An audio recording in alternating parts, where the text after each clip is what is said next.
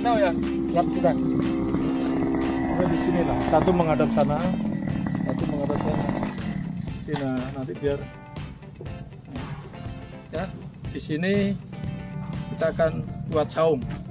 Yang pertama buat istirahat, yang kedua buat menunggu yang ziarah. Biasanya ziarahnya banyak, sedangkan juru kunci hanya mampu berapa orang dan tempat mandi hanya terbatas, sehingga yang lainnya kita kasih kesempatan nunggu di sini. Biasanya dia nunggunya duduk di sana-sana, kita buatin saung ya, supaya nyaman.